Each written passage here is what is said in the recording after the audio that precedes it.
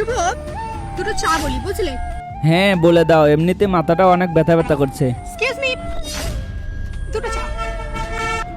আসি আসি।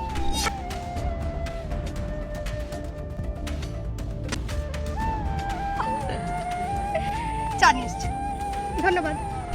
মা তুমি এখানে কি করছো?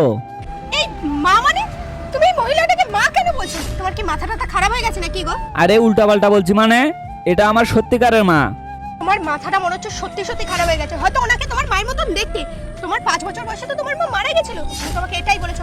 এখন এই মহিলাটা তোমার মা কি করে হলো আমি বুঝতে পারছি না। চায়ের দোকানে কাজ করে তাকে তুমি তোমার মা বলো? এক মিনিট দাঁড়াও, আমার কথাটা শোনো।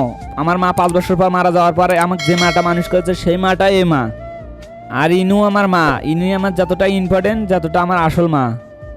মা তুমি এসব কি ধরছো? ছাড়ো এগুলো, কি করছো এগুলো? আর তুমি চায়ের দোকানে কাজ করছো বা কেন? আরে রাহুল রয় বাড়ি ঘর ব্যবসা বাণিজ্য সব রয়েছে, তাছাড়া তুমি এখানে কি করছো? থাক না বাবা এসব কথা, এখন থাক। না তোমাকে এখনই বলতে হবে কি হয়েছিল, আর তুমি চায়ের দোকানে বা কেন কাজ করছো? আসলে বাবা তুই চলে যাওয়ার পর চলো, বলে দিলাম আমার এই ঘরের সামনে একদম আসবে না, বেরিয়ে যাও এখান থেকে। যখন টাকা দেওয়ার কথা ছিল তখন তুমি তোমার সৎ ছেলেকে দেখেছো, তুমি তোমার সৎ ছেলেকে টাকা দিচ্ছ, আর এখন নিজের ঘরে টাকা দেওয়ার কথা তখন তোমার কাছে টাকা নেই, তুমি টাকা দিতে পারবে না। বেরিয়ে যাও এখান থেকে।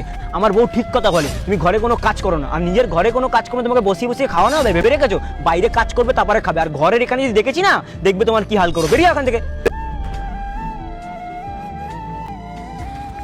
শুভ, তুমি আমার কথাটা শোনো।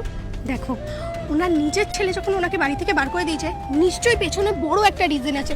তার আগে দেখবো কারা শয়তানকে হারিয়ে আল্লাহকে ভালোবাসে। যারা আল্লাহকে ভালোবাসে তারা ভিডিওতে লাইক দিয়ে চ্যানেলটা সাবস্ক্রাইব করে দাও। আর যারা শয়তানকে ভালোবাসে তাদেরকে লাইক সাবস্ক্রাইব কিছু করতে হবে না, কমেন্ট করো আল্লাহ হোক। তুমি আর প্লিজ নিজেকে এর মধ্যে জড়িও না। আমি চাই না তোমার কোনো ক্ষতি হোক। তুমি প্লিজ বাড়ি চলো।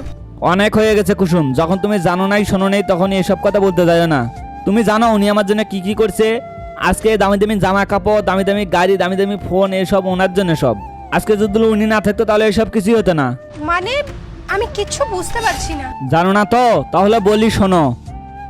একটা সময় পড়াশোনা শেষ করার পর চাকরির জন্য যখন এদিক ওদিক ঘুরে বেড়াচ্ছি, পকেটে 10টা টাকা নাই, তখন এই মা ডেকে বলে, বাবা তোকে চাকরি করতে হবে না, তুই ব্যবসা কর। আর ব্যবসা করার টাকা মা আমাকে কোথা থেকে দিয়েছিল তুমি জানো? নিজের গয়নাগাড়ি বিক্রি করে আমাকে দিয়েছে। নেক্সট পার্ট চাইলে পাঠুলেকে কমেন্ট করো।